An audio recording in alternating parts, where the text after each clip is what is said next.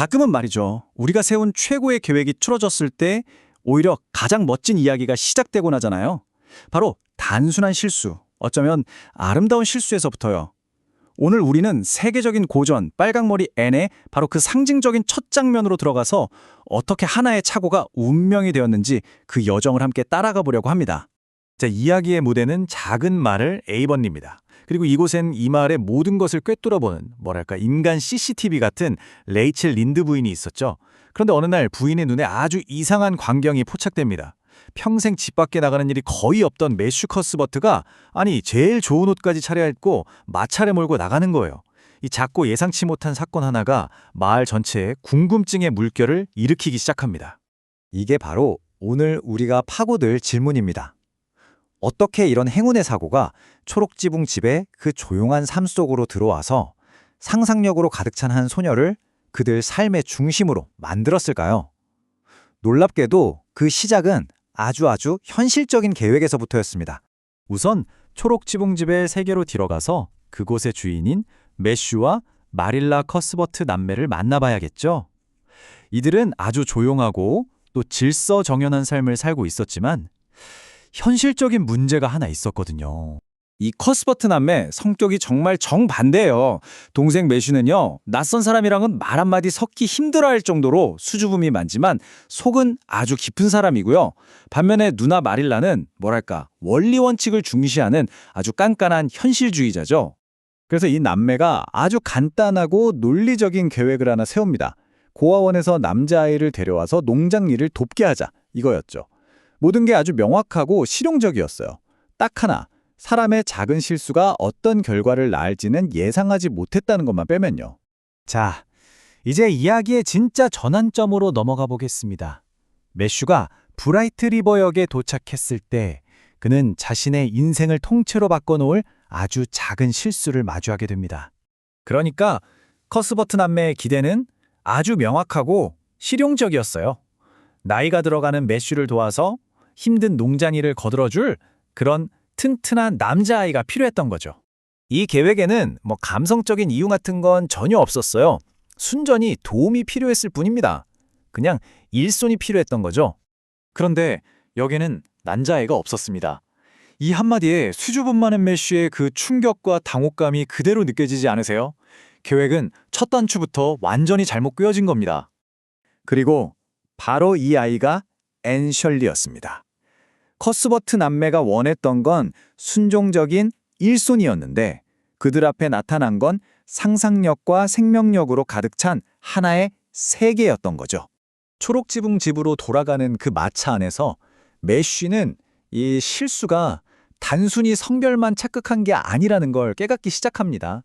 이건 뭐랄까 완전히 새로운 세계관의 등장이었어요. 앤은 자신의 말로 스스로를 보여주죠. 그녀의 과거와 현재를 가르는 가장 큰 차이, 바로 상상력이었습니다. 쉴 새 없이 쏟아내는 그 이야기들 속에서 매슈는 정말 난생 처음 보는 유형의 아이를 만나게 된 겁니다. 앤의 상상력은요, 평범한 세상을 마법 같은 공간으로 순식간에 바꿔버려요. 눈에 보이는 모든 것에 시적인 이름을 붙여주죠. 그냥 가로수길은 환희의 하얀 길이 되고 작은 연못은 빛나는 호수가 됩니다. 에이번리의 풍경이 앤의 눈을 통해 완전히 다시 태어나는 순간이에요. 하지만 앤이 마냥 긍정적이기만 한 아이는 아니에요. 이런 극적인 감성과 함께 깊은 불안감도 가지고 있었죠. 특히 자신의 빨강머리에 대한 콤플렉스는 앤이라는 캐릭터의 깊이를 더해주는 아주 중요한 부분입니다.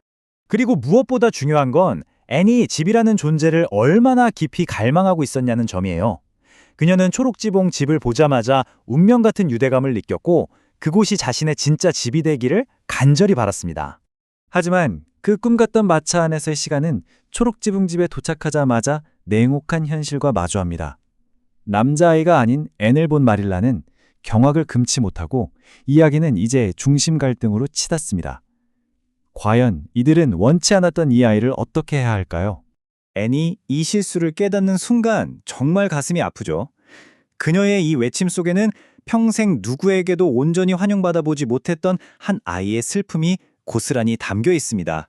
설상가상으로 마릴라는 앤을 위한 끔찍한 대안을 찾아내요. 이웃인 블루의 부인에게 보내자는 거였죠. 이 제안 때문에 커스버트 남매가 내려야 할 결정의 무게는 훨씬 더 무거워집니다. 앤의 이 예리한 관찰력 좀 보세요. 앞으로 닥칠 미래가 얼마나 끔찍할지를 정말 정확하게 꿰뚫어 보죠. 블루엣 부인과 사는 건 상상력도 기쁨도 없는 또 다른 형태의 감옥이 될 거라는 걸 이 생생한 비유 하나로 다 설명해 버립니다. 자, 이제 운명의 시간입니다. 이건 단순히 아이를 입양할 거냐 말 거냐의 문제가 아니에요. 실용성과 연민 사이에서 내려야 하는 아주 중요한 도덕적 선택인 거죠. 마릴라는 여전히 현실적인 관점을 버리지 못합니다.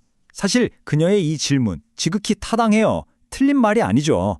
여자아이는 애초에 그들이 원했던 농장 일에 아무런 도움이 되지 않으니까요. 바로 그때였습니다. 평생 조용하게만 했던 매슈가 던지는 이 한마디가 모든 걸 바꿔놓습니다. 와, 이 말은 딜레마의 관점을 완전히 뒤집어 버리는 거죠. 중요한 건 이 아이가 우리에게 얼마나 소용이 있느냐가 아니라 우리가 이 아이에게 어떤 소용이 될 수 있느냐는 거였어요. 그리고 마침내 마릴라의 그 현실적인 마음이 움직입니다. 앤의 양육이 공식적으로 시작되는 순간이죠. 굳게 닫혔던 초록지붕집의 문이 그리고 커스버트 남매의 마음이 한 고아 소녀에게 활짝 열립니다. 이렇게 하나의 실수가 하나의 가족을 만들었네요. 하지만 이건 이야기의 끝이 아니라 진짜 시작일 뿐입니다.